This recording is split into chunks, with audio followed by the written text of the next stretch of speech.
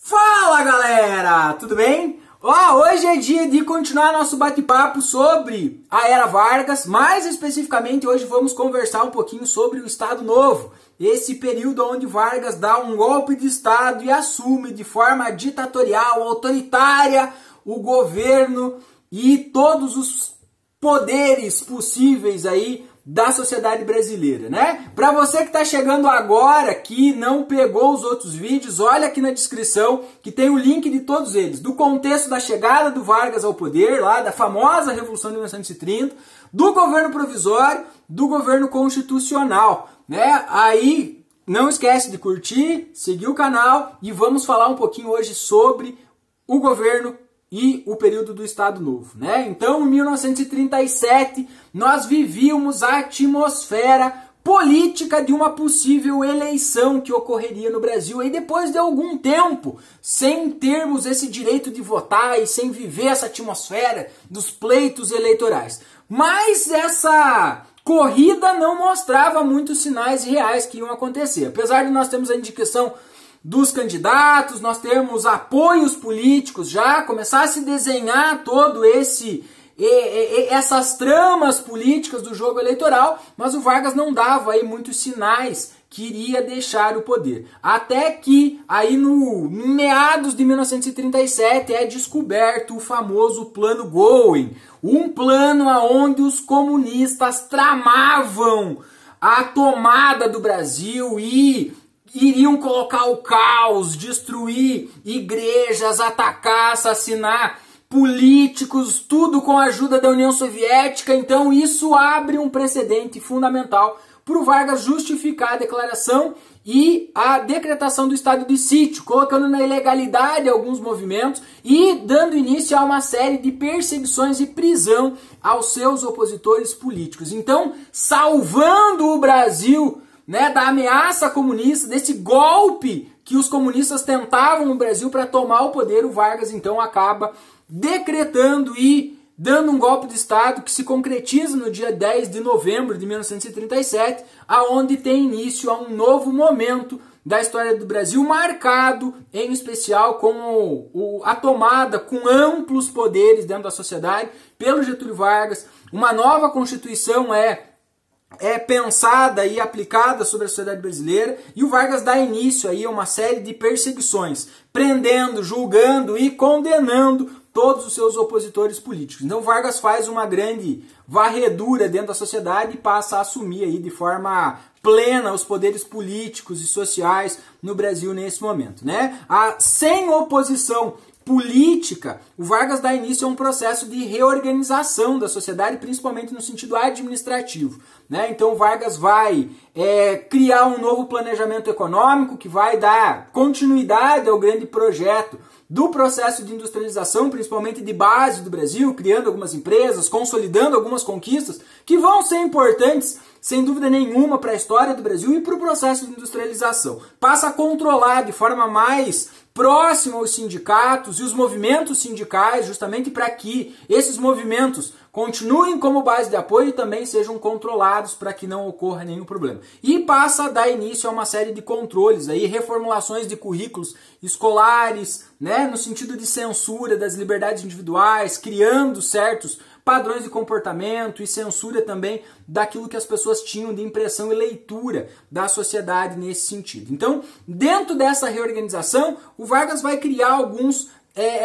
órgãos, algumas instituições. Em 1943, nós temos uma importante conquista no mundo do trabalho, que é a consolidação das leis trabalhistas. Então, lá em 1943, o Vargas consolida estas leis, essas leis do trabalho no Brasil, criando ou efetivando nesse momento o salário mínimo, criando aí o FGTS, que vai ser uma conquista aí dentro desse mundo do trabalho, dando uma série de garantias e consolidando uma série de garantias dentro desse mundo do trabalho a partir desse momento.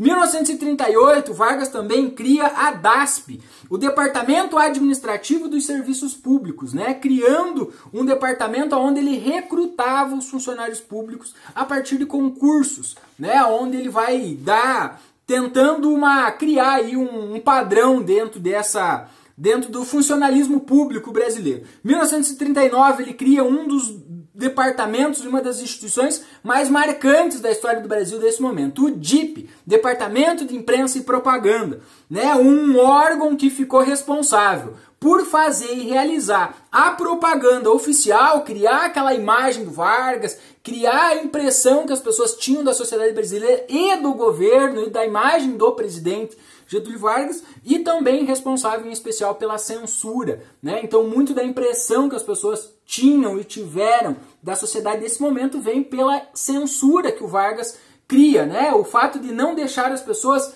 saberem de real o que estava acontecendo na sociedade e transmitir uma imagem mais positiva, talvez mais enfeitada, podemos dizer, dentro desse sentido. E aí, esse departamento de imprensa e propaganda organizava eventos, festividades, né, fazia aí toda a parte da propaganda, da construção da imagem paternalista que o Vargas vai construir aí, exaltando a sua imagem nos eventos a partir daí. É dentro desta instituição que é criada também a utilização, ou através da utilização de forma muito primorosa, política, o rádio vai se criar a Hora do Brasil, hoje é a Voz do Brasil, aonde o Vargas entrava na casa dos brasileiros todos os dias para conversar, para dialogar, contar sobre o Brasil para cada um dos brasileiros, tratando-os de forma muito pessoal. Isso, né? Por isso essa imagem tão idolatrada e amada que o Vargas consegue construir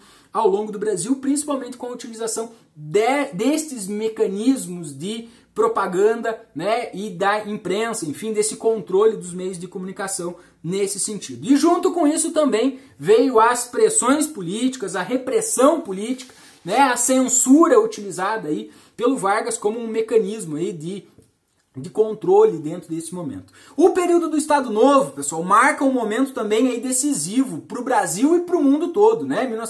O Estado Novo começa em 1937, em 1939 nós temos a Segunda Guerra Mundial aí estourando na Europa e provocando todas aquelas transformações, enfim, todas essas questões.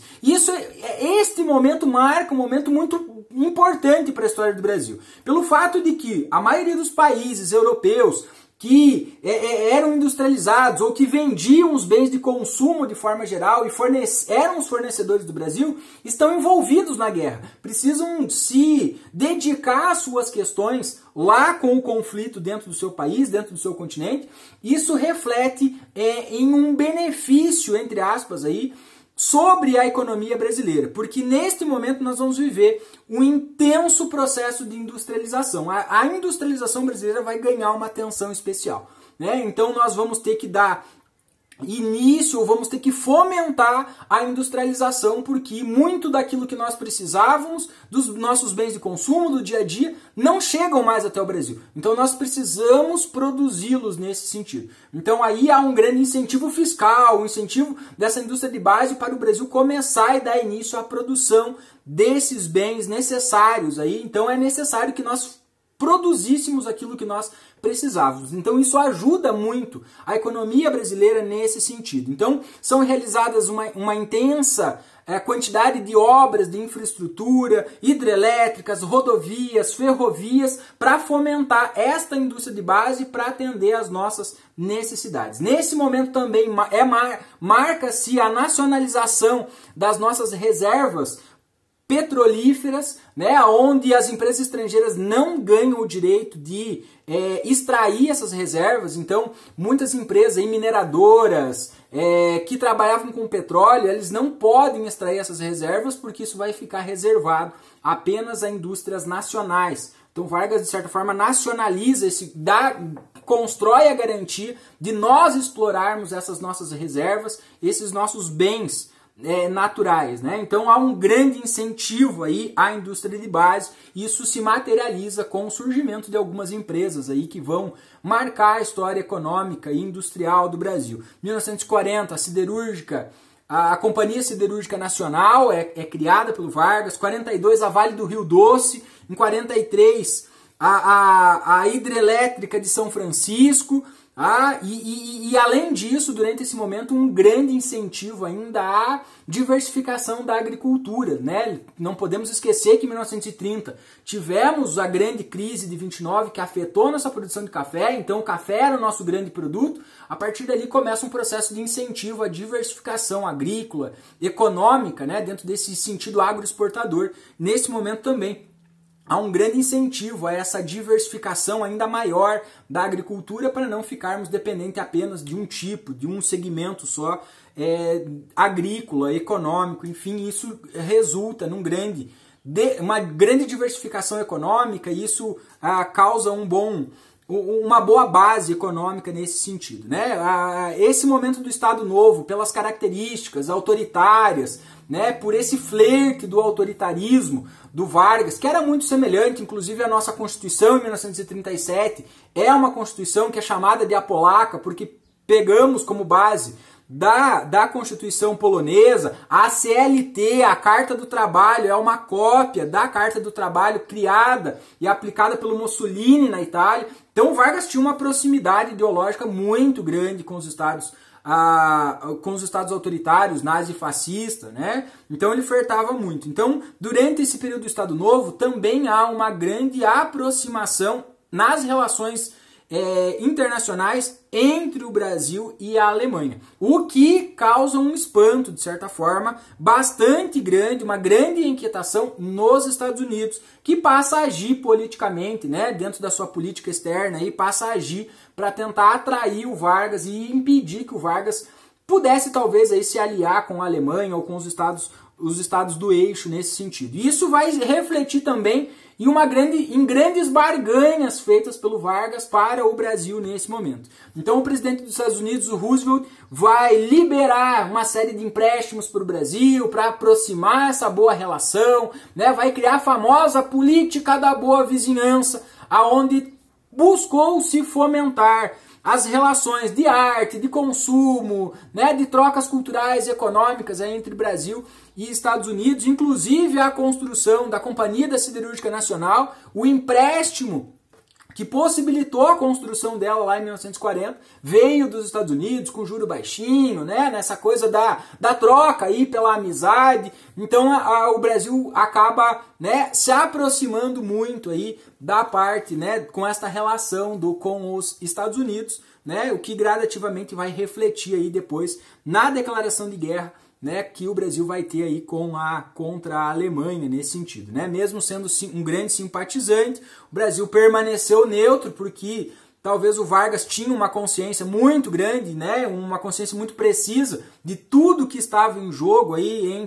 né, nas questões aqui das relações políticas e econômicas da América Latina, mundiais nesse sentido, e também como que ia se desenhando nesse sentido. Então, esta aproximação entre Brasil e Estados Unidos garante, então, que o Vargas, então, tende a manter uma relação mais próxima com os aliados, com os Estados Unidos em especial, né? E aí, em 1942, o Brasil rompe relações diplomáticas com a Alemanha e acaba declarando guerra aos países do eixo. E aí, esta participação do Brasil, o envolvimento do Brasil na Segunda Guerra Mundial, é justamente o que vai botar um ponto final no governo da Era Vargas, mas isso é um tema para o próximo vídeo, né? Os próximos capítulos vão contar como foi a crise do Estado Novo e como terminou o Estado Novo e como nós vamos fazer para dar o próximo passo para a redemocratização e a chegada aí de uma nova fase também da República do Brasil. Ó, gostou do vídeo? Curta aí, segue o canal e vamos aprender um pouco mais de história.